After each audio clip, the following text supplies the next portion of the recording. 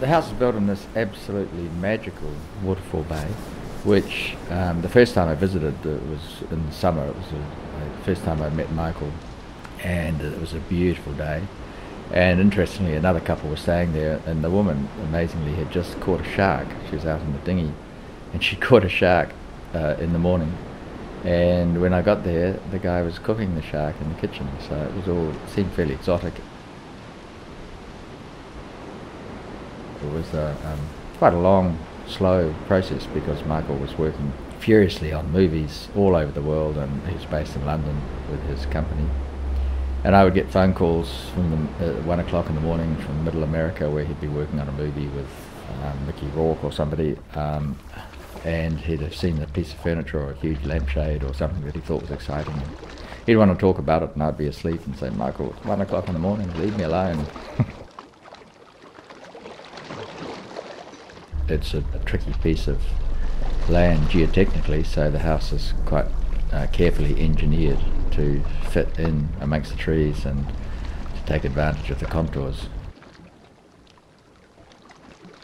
The house went through a lot of iterations over about a 1.5 year design period. It was at one stage 3 much more glassy pavilions, but slowly we understood the climate and the winter sort of conditions more, so it's become much more of an internal space, but still a lovely space to be in the summer.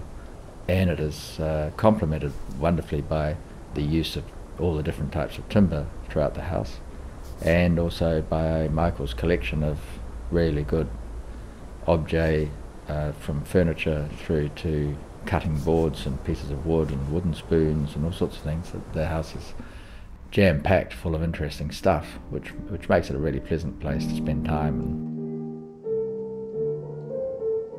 Originally, when it was built, you could see the waterfall, but now the trees are grown. Actually, you can only hear the waterfall, but it's still a really important connection to make. So those kind of links between the internal relationships and the external relationships were really, really important in the design as it developed. The big heavy ironbark columns and beams recycled from old bridges down in the Otago region, which is a fantastic timber because it's hard as the hops of hell, and the builders hate it because they break all their drill bits trying to drill holes in it, but it's like using steel. It's wonderful. One of the main aims of the house was to make it feel comfortable and lived in from day one, and it did. In fact, as soon as Michael moved his furniture in, the house just felt like it had been there for 20 years. That's gone on over the last 15 years to become even more lived in and comfortable, and a real inspiration. I think people who walk into it feel really moved by it, which is a great achievement, I think, for a piece of new architecture. I've had other people visit who've I've found sitting there quietly on their own. Sometimes one person was sitting there with tears streaming down her face, and I asked her what was wrong. She said, "Nothing's wrong." She said, "I'm just loving this place so much. It's brought me to tears." And I thought that was a lovely thing to experience for an architect. To find somebody moved that much by one of his works is pretty special. The location in Waterfall Bay is unique in a way because it's such a tight little bay off some other bays off the Sounds. So it's located, you can get there by road, but it's really difficult. Most of the access is by the jetty. So coming into the bay by boat and then mooring at the jetty and then walking up the jetty, finding your way to the house, which is slightly secluded behind some existing Carnica trees, some beech trees, into the double height space, is a nice journey.